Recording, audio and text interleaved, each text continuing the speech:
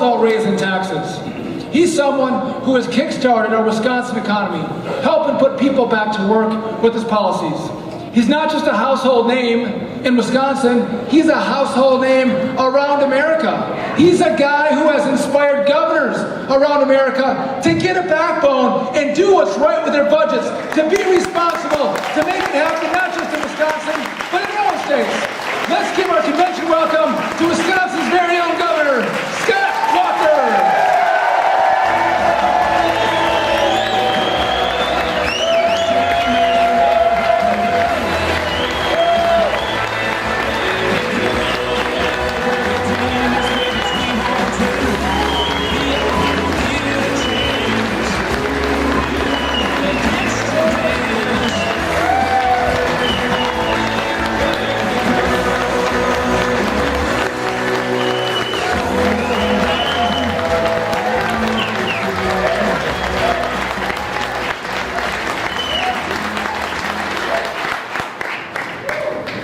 Morning.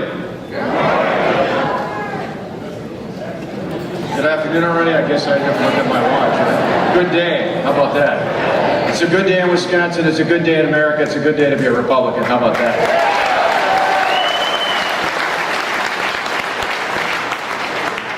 We should all remember the federal government did not create the states. The states created the federal government.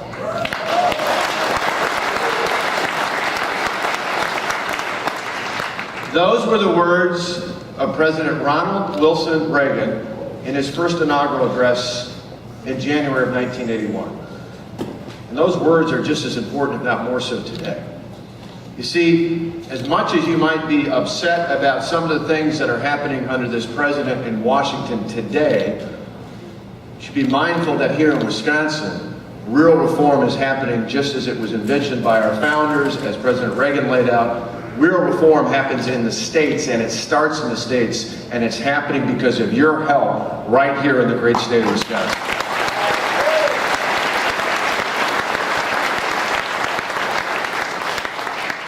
Think about it. With the help of grassroots people like yourself here at this convention and all across the state, many times, in fact, last year at our victory centers all across Wisconsin, Tonette and I would go and see a lot of folks that I see here right now, but oftentimes we'd ask for a show of hands. Show of hands at the victory centers back before the recall election last June, and oftentimes half or more of the people there would say, I've never been involved in a campaign before, but I came out to help in this one. What that shows is the success that we had last year was grassroots support getting out a message that resonates with the people in the state of Wisconsin. Our reforms worked so well, forget about what happened nationally. Our reforms worked so well in 2012 that we elected an additional member to the state assembly to add to our majorities. We not only regained the state senate majority by 1 vote, we actually did it by 2 votes. We elected again, I should say, our outstanding lieutenant governor.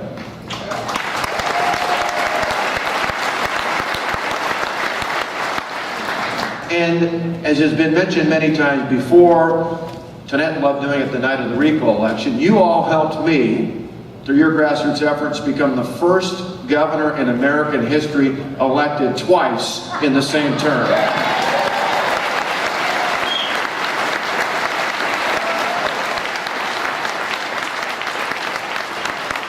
But I think it's important to pause for a moment, though, and think about how far we've come. You see, 4 years ago, at about this time, I pointed out in my first address at this convention as a candidate for governor in the 2010 election. It was in 2009 in La Crosse at the convention of this Republican Party of the state of Wisconsin. I pointed out at the time that 4 years ago, Democrats controlled the majority in everything in state government. The governor, the assembly, the senate. And think about for a moment what things were like 4 years ago. 4 years ago, the unemployment rate topped 9.2% in June of that year. 9.2%. 4 years ago, Wisconsin ranked number 43 out of 50 states in terms of the best and the worst states to do business in. 4 years ago, nearly every school district in the state had to buy their health insurance from just one provider, WEA Trust. 4 years ago, most schools in our state had to make hiring decisions not based on merit, but by seniority and tenure. 4 years ago, Democrats who controlled things in our state's capital were proposing budgets and budget repair bills that raised taxes on the hardworking people of this state and our employers by $3 billion. 4 years ago, those same Democrats were pushing forward initiatives that continue to allow local governments to raise our property taxes higher and higher and higher. 4 years ago, Democrats in our state's capital put in place policies that ultimately led to a $3.6 billion budget deficit at the start of 2011. 4 years ago, I announced just days before this convention, I was running for governor because I believed in the people of Wisconsin. But I also believed that our leaders at that time were failing us in our state's capital. They were taking us backwards. And I believed in our state model that together we had a better plan to move our state forward. Now think about the contrast. Over the past 2 years, since Republicans have taken charge of state government, not just in the executive branch, but in the Assembly and the Senate, with your help, together over the past 2 years, we made a tremendous amount of positive changes, reforms for the people of our state. Today, that unemployment rate that peaked out at over 9.2% is down by more than 2 points, one of the most significant drops we've had in recent history. Today, that ranking that used to be in the bottom 10 has now gone up 23 spots, 23 spots higher than where we were 4 years ago in terms of place to do business.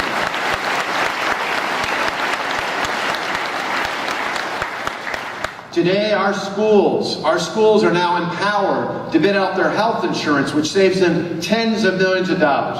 In fact, I had a kick the other day out of seeing yet another story about the Appleton School District that not long after our first reforms came out and pointed out that they were able to save $3 million plus by just bidding out their health insurance.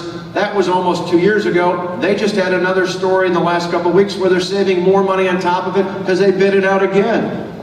And it's not just districts like Appleton. The small town where I grew up in, Delavan, the Delavan Darien School District, as small as it was able to bid out at health insurance and save almost $1 million over the first 2 years of their contract. There's tremendous change.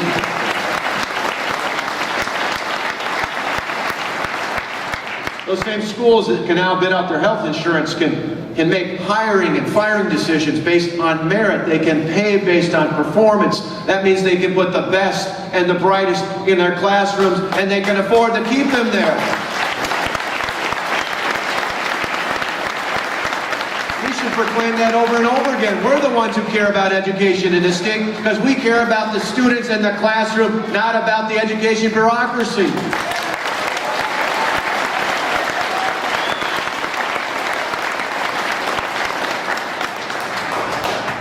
Now, because of our reforms, property taxes have gone down not once, but twice in the last 2 years. For the first time in a long time, property taxes on a median valued home in each of the last 2 years consecutively have actually gone down, not just been frozen. How about that for reform?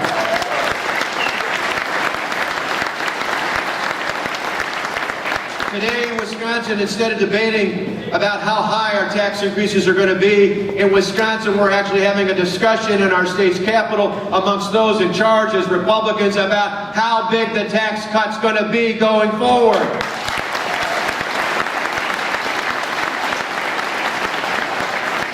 And today, because of the reforms, instead of debating the beginning of this budget with a $3.6 billion deficit as we did 2 years ago, today in Wisconsin we have nearly a $500 million surplus and a rainy day fund that continues to grow because of those reforms.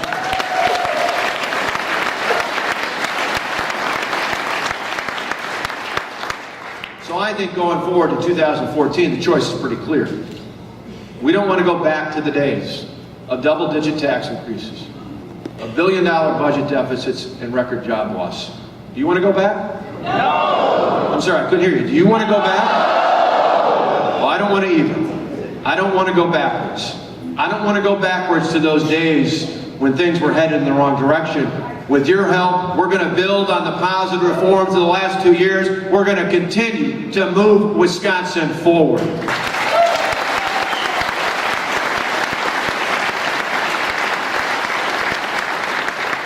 that's not just good for those of us as Republicans. That's good as people who love this dear state that we live in. It's people who love Wisconsin, because as our reforms move forward, we not only help elect more Republicans, we help the people of the state of Wisconsin.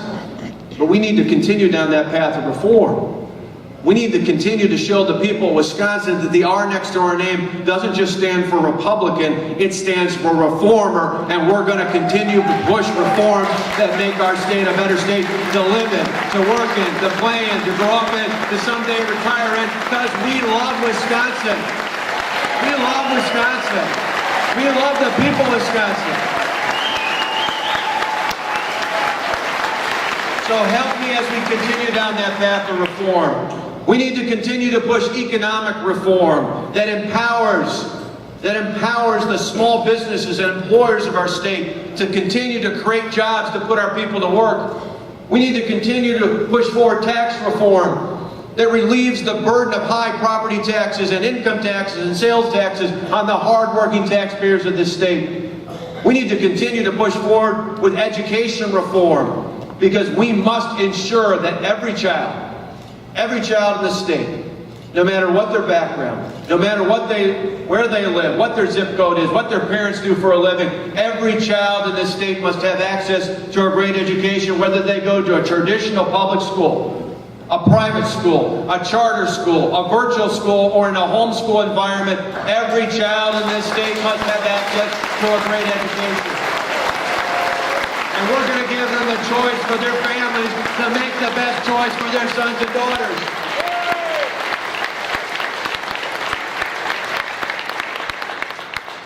In addition to those reforms, we need to push entitlement reform.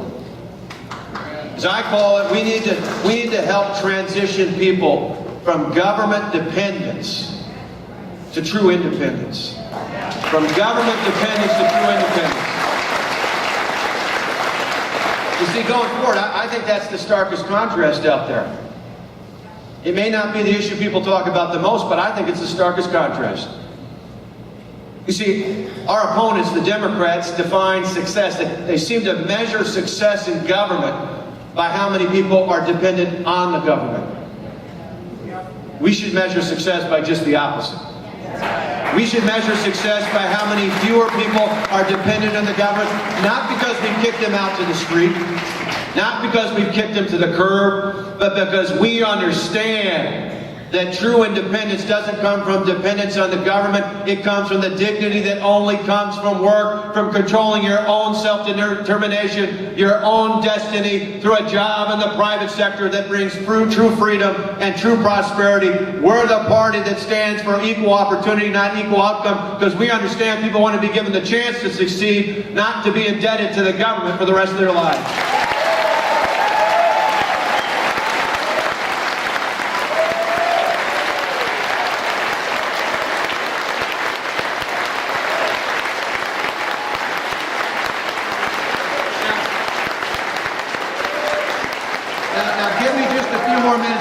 Why I think that's important.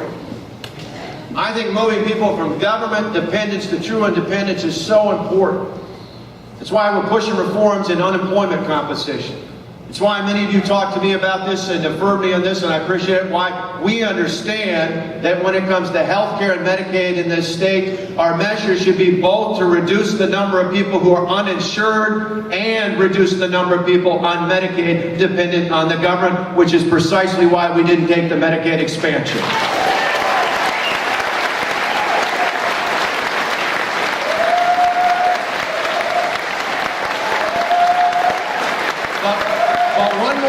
You may not have heard about that is worth explaining.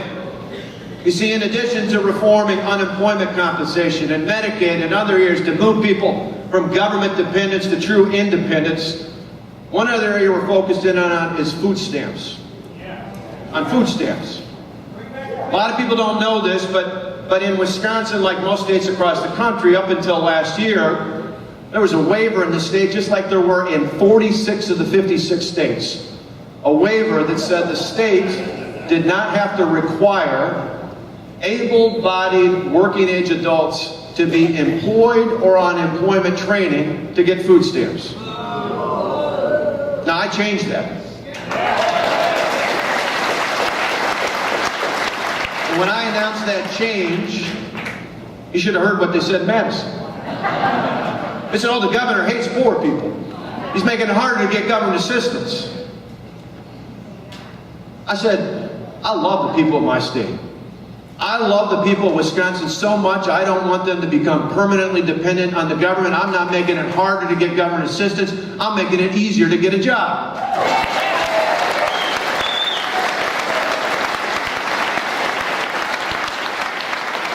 And I'll give you a good example why that's true. You see, last year, before that waiver was kicked out of Wisconsin, there was a young woman in Milwaukee named Elizabeth. Elizabeth was a single mom, was down and out. She came in and asked for some temporary assistance from food stamps. She got the food stamps, and to her credit, she didn't have to, but she signed up for the employment training. She did so well in that employment training, they connected her to the technical college. She got trained as a certified nursing assistant. I thought, this is a great story. When I introduced my budget earlier this year in the state capitol, I was so enthused about the story of Elizabeth, I wanted to invite her to sit up in the gallery so I could point to her just like the president does in his speech and say, this is what I'm talking about. But I couldn't do it. I couldn't do it. You know why? Because Elizabeth was working that day as a certified nursing assistant. And she went back to school that night to be a registered nurse because she was so good at her job. You see, when people tell me I don't care about poor people, I say I do. I care about people like Elizabeth because I understand the way to get back up on her feet is not to be permanently dependent on the government. It's to empower her, the training she needs, so when a job becomes available, we got her in place to get that job and put her and her family back to work.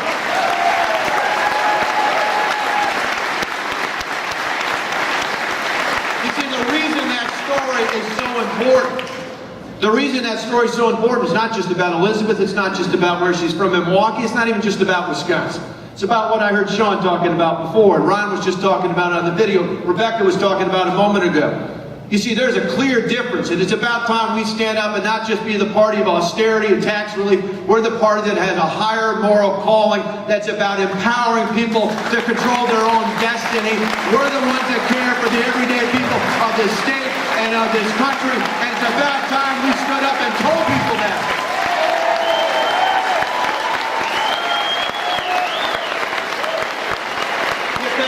You see, because in Wisconsin and America, I don't know about you, but growing up in the small town I grew up in, I don't know any of my fellow classmates who said, Scott, nobody said to me, Scott, someday if I'm lucky, I can grow up in a country where I can become dependent on the government.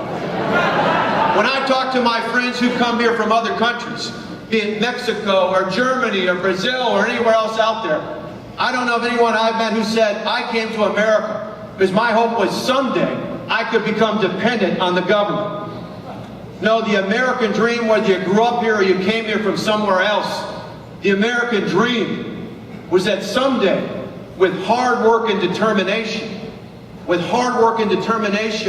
if given an equal opportunity, you could make your own outcome in this country. You could live the American dream. We are the party that empowers and emboldens that American dream. That is innately not just Republican, that is American. And it's about time we stand up and point that out to the people of our community and our state and our country. And if you remember nothing else this midday from what I said, remember this, because it's a great way to pass it on to your neighbors. You see, in America, we're the only country in the world that takes a day off to celebrate the 4th of July and not the 15th of April. Because in America, we value our independence from the government, not our dependence on the government. In America, we believe in the individual and not the government. You need to help us share that message. We're doing it here in Wisconsin. Our reforms are working because of your help and your support at the grassroots level to elect men and women like those of us here today in this auditorium speaking at this podium.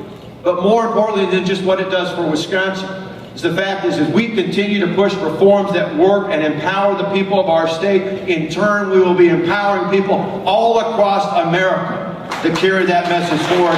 Thank you. God bless you. Thank you for your prayers and your support. Keep it up.